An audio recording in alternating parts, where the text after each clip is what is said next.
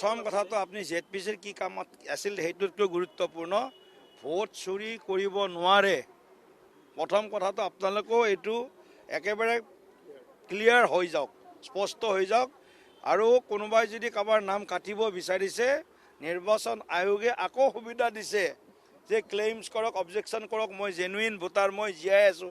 কাৰোবাৰ নাম যদি কোনোবা কাৰণত ধৰক কিবা কাৰণ কমপ্লেইন যাওঁতে যদি তেওঁ এজন জীয়াই থকা ব্যক্তিক মৃত হিচাপে আহিছে, এনেকুৱা ইমান হাল্লা কৰিব লগা বিষয় নহয় যে তেওঁৰ নামটো কাটা গ'ল, মই তেওঁ গোটেই তেওঁ জীয়াই থকালৈকে তেওঁৰ নামটো আৰু নাহিব ভোটাৰ লিষ্টত। এইটো এটা continuous process. Revision is a continuous process. Voter লিষ্টত নাম সোমোৱাটো ইলেকশ্যনৰ এসপ্তাহ আগলৈকে নাম সোমাব পাৰে।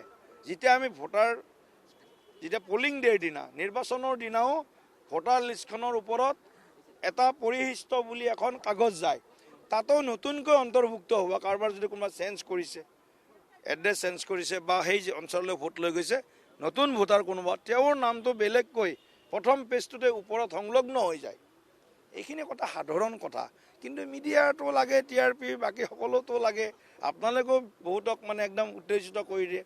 আপোনালোক বুলিবই নকওঁ, দুই এটা মানে ব্যক্তিয়ে কথা কৈছোঁ, গোষ্ঠীকো নকওঁ মই, দুই এটা ব্যক্তিয়ে কৰে এনেকুৱা ধৰণৰ মানে একদম হীৰা ফুলাই কথা কয়, কিয় কি কৰিব গৈছিল। আৰে কোনো ভোট চুৰি কৰিব নোৱাৰে।